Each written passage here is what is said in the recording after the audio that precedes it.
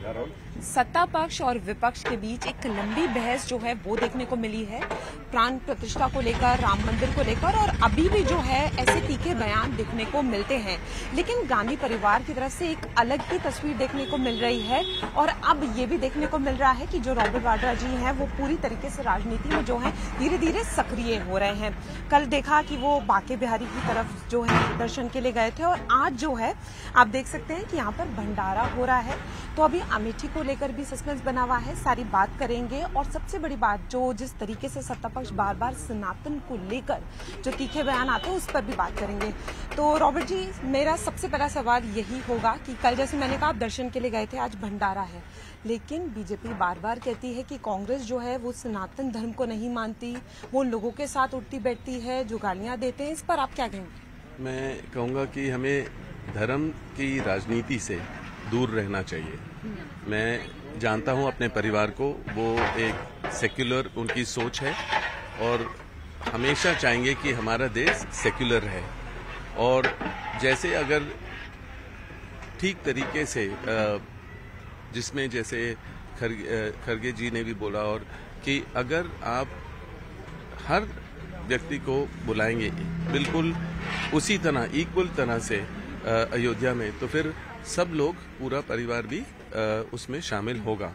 और ज़रूर मैं वृंदावन गया हूँ और हर जगह जाता हूँ। मेरा धार्मिक दौरा पूरे देश में होता है और मुझे उससे वहाँ जब मैं प्रार्थना करता हूँ और लोगों से मिलता हूँ, उससे मेरे को सीखने को बहुत मिलता है कि कितना हमारा जो हेरिटेज कल्चर है, अभी भी लोग अपने भगवान को याद करते हैं। जब भी उनकी कोई परेशानी होती है, वो अपने मंत्री को या अपने सांसद को याद नहीं करते, वो अपने भगवान को याद करते हैं। वहाँ अपनी जो परेशानी है उसके बारे में प्रार्थना में डालते हैं और उनका हौसला और भरोसा और बढ़ता है वहाँ अपने मंदिर जाने से। तो अगर आप कहेंगे कि आप मंदिर ही जाइए, वो गलत है। सब अलग अलग फेथ है, कोई मस्जिद जा सकता है, कोई गुरुद्वारे जा सकता है, जिसकी भी सोच है वो वहाँ जा सकता है। तो मैं अगर मुझे बुलाया जाएगा अयोध्या, जरूर मैं वहाँ पहुँचूंगा और वहाँ भी प्रार्थना करूंगा कि देश भर में सुख शांति का माहौल रहे और सेक्युलर देश रहना चाहिए। रॉबर्ट जी, अगर हम उत्तर प्रदेश की सीट अमेठी की बात करें तो जब से आपने अपनी इच्छा जाहिर करी है तब से बहुत ज्यादा सुर्खियों में है ये सीट, तो इस पर सस्पेंस जो है वो लगातार बना हुआ है। तो कैसे कह सकते हैं कि जो मिस्ट्री है ये कब जाकर सामने आएगी, कि कब ये ठीक होगी, क्योंकि लोग चाहते हैं जानना। देखिए, मैंने कभी भी ये नहीं कहा कि मैं अमेठी से लड़ रहा हूँ या मैं किसी एक क्षेत्र से लड़ रहा हूँ। ये पुकार पूरे देश भर में है कि जैसे वो देखते हैं कि मैं मेहनत करता हूँ लोगों के बीच में, एक तो अपने चैरिटी के द्वारा या मतलब भंडारा जैसे आज लगा है, और हमारे यहाँ हमेशा हर हफ्ते लगता है। पूरे देश में अपना धार्मिक दौरा करता हूँ, लोगों से जो भी उनकी समस्या है मैं उसमें शामिल होता हूँ, जो भी समाधान ढूंढ सकता हूँ करने की कोशिश करता हूँ। देश में लोगों को लगा कि जैसे जितनी भी मंत्री हैं या पार्टियां होती हैं जो मेरा नाम इस्तेमाल करते हैं, जब भी उनकी कोई नाकामियां हैं या कभी कोई भी परेशानी होती है उनकी, वो रॉबर्ट वाड्रा को याद रखते हैं, तो बेबुनियाद इल्जाम लगाएंगे, जो भी कहेंगे।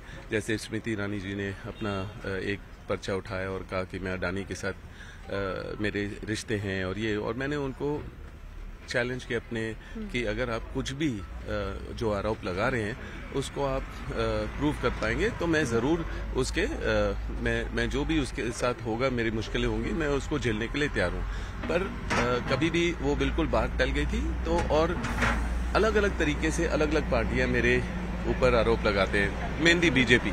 तो लोगों को लगा कि अगर आप सक्रिय राजनीति में आते हैं तो आप अपनी बात बड़े पैमाने पर और पॉलिटिकल जो राजनीतिक आरोप हैं उसी तरीके से आप संसद में अपना नाम क्लियर कर पाएंगे, अपनी बात रख पाएंगे, और जो भी आप चैरिटी कर रहे हो, जो भी मेहनत कर रहे हो, आप बड़े पैमाने पे कर पाओगे अगर आप राजनीति में, सक्रिय राजनीति में आते हैं। तो पर ये पुकार सब जगह से है। अगर मैं किसी दंगल में जाता हूँ हरियाणा में तो वहाँ से पुकार आती है, अगर मैं तेलंगाना में जाऊँगा लोगों से मिलने तो वहाँ से पुकार आती है, अगर मैं अमेठी से मेरा रिश्ता बहुत पुराना है, क्योंकि जैसे स्मृति ईरानी ने गलत इस्तेमाल किया तो उनको लगा, अमेठी के लोगों को लगा कि हमसे गलती हुई है कि हमने स्मृति ईरानी को जिताया, क्योंकि उन्होंने कभी कोई काम हमारे लिए किया नहीं। वो बहुत कम आती हैं, और अगर गांधी परिवार से कोई भी सदस्य यहाँ इस क्षेत्र में आएगा तो हमारी प्रगति होगी, फिर से हमारा नाम होगा, और जितनी भी हमारे समस्या है उसके ऊपर आप सोचेंगे और जरूर मेहनत से करेंगे। तो मेरा रिश्ता उनके साथ बहुत समय से है, 99 से है, जब हम पहले प्रचार मैंने वहाँ शुरू किया। 2004 में हमने सोनिया जी को भारी बहुमत से जिताया वहाँ, और लोगों को लगा कि अगर मैं आऊँगा तो मुझे अमेठी से आना चाहिए, पर मैं चाहूँगा कि मैं तो पूरे देश में हूँ, और मैं ये कहूँगा कि अगर मैं सक्रिय राजनीति में हूँ या नहीं हूँ, मेरा जो मेहनत है, काम है, लोगों के बीच में रहना, लोगों के साथ रहना और उनकी मुश्किलों को समझना, और जो भी समाधान हो सकता है मैं करूँगा, वो तो जारी रहेगी और हमेशा जारी रहेगी। तो अभी मैं तो जो भी अपना काम करता हूँ इस सोच से नहीं है कि मैं अब राजनीतिक चीज से सोच। लेकिन पीएम ने कल बहुत तीखे बयान दिया। उनका कहना है कि जो कांग्रेस है या विपक्ष की हम बात करें, वो राम मंदिर को एक राजनीतिक हथियार और राजनीति कर रहे हैं, और उनको इतना तो सोच लेना चाहिए कि राजनीति ऐसे भी ना करें कि अगर मैं कुछ कपड़े पहनता हूँ, कहीं जाता हूँ, तो वो इतना नीचे गिर जाते हैं, तो वो हर चीज में राजनीति को ला रहे हैं। उसको पर आपका क्या कहना है?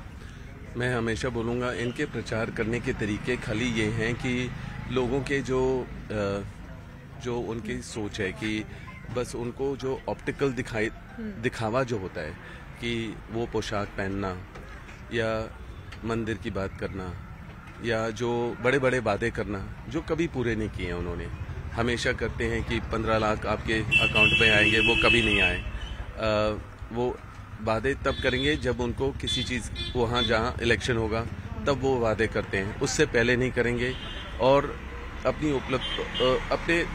तौर तरीके वो खाली राजनीतिक तौर से ही देखते हैं। ये नहीं देखते हैं कि पहले वो मणिपुर गए नहीं है, अब वो मणिपुर की बात करते हैं, या अब इतने समय से मणिपुर में जो भी मुश्किल हो रही है उन्हीं की सरकार थी, उन्होंने कभी भी उस पर ध्यान नहीं दिया।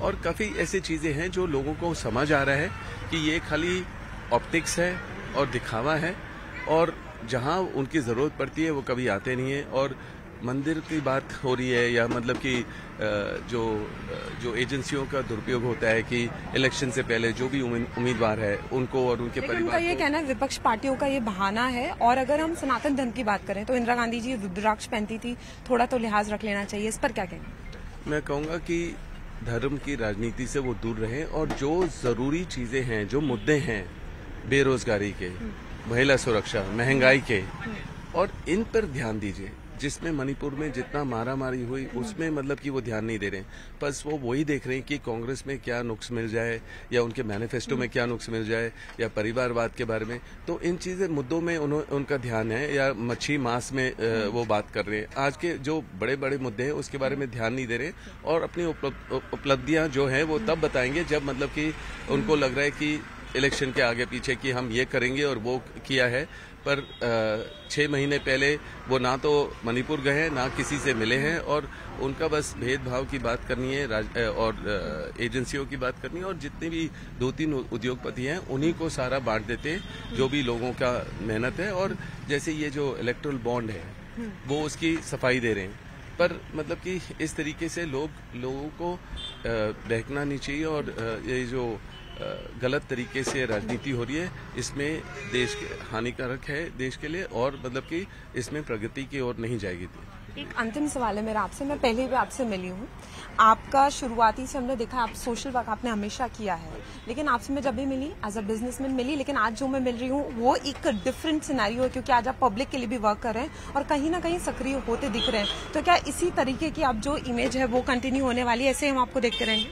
ये बहुत समय से चला आ रहा है, और देश के लोगों के लिए निकलना, सेवा करना, उनकी मुश्किलों को समझना है, वो मैंने अब सोनिया जी से, अपने गांधी परिवार से सीखा। पर अपने आप भी मैं, जब मेरी मुश्किलें बढ़ी तो मैं ज़रूर लोगों के बीच में ज़्यादा रहा और उनकी मुश्किलों को समझा कि मेरी मुश्किल बहुत छोटी चीज़ है उनकी मुश्किलों के सामने। और अंधे बच्चों के साथ मैंने बहुत काम किया, या विकलांग जो लोग थे या बुजुर्ग लोग थे।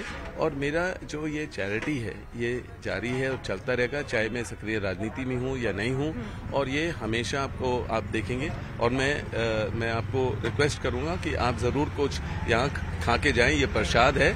और ज़रूर मैंने अपने आप देखा है कि कैसा बना है, क्या बना है, और मैं खुद खाऊंगा। आपने वो टेस्ट भी किया और मैं ज़रूर खाऊंगा। और मैं वही खिलाऊंगा लोगों को जो मैं खुद खाता हूं या जो मैंने टेस्ट किया अच्छा होना चाहिए।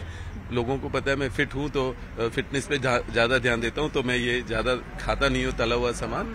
पर मैं लोगों के बीच में रहता हूं, जो उनकी मुश्किल है, जो भी मेरे से हो पाएगा। देखेंगे आप, लोग इतने खुश हैं, यहाँ भी खाएंगे, अपने घर भी ले जाएंगे, अपने बच्चों के लिए ले जाएंगे। और ज़रूर मैं कहूँगा कि महंगाई इतनी है कि लोग जब आते हैं यहाँ ज़रूर बहुत तादाद में आते हैं, क्योंकि उनको लग रहा है कि आज का खाना मिल जाएगा, आज का खाना मिलेगा, और बाकी ये कुछ खाना घर भी ले जाएंगे। और वो बहुत खुश है कि हर हफ्ते, हर 10 दिन में मैं कुछ ना कुछ लोगों के लिए करता हूँ। तो ये काम जारी रहेगी। और मुझे राजनीति में अगर कांग्रेस पार्टी को लगेगा कि मैं राजनीति में आऊँ और मेरे परिवार से मेरे को आशीर्वाद मिलेगा, तभी मैं पहला कदम लूंगा और सक्रिय राजनीति में आऊंगा। बहुत शुक्रिया। तो आप रॉबर्ट वाड्रा जी को सुन रहे थे, जो साफ तौर पर बता रहे हैं कि इसी तरीके से जो है वो जो लोगों से सोशल हो रहे हैं, काम कर रहे हैं लोगों के हित में, वो जारी रहेगा। और अगर परिवार से आशीर्वाद मिलता है तो वो राजनीति में भी सक्रिय रहेंगे। और वो साफ साफ ये कह रहे हैं कि जो धर्म की राजनीति है उससे सबको दूर रहना चाहिए। कैमरामैन प्रहलाद के साथ फराह खान, न्यूज़ 18 दिल्ली।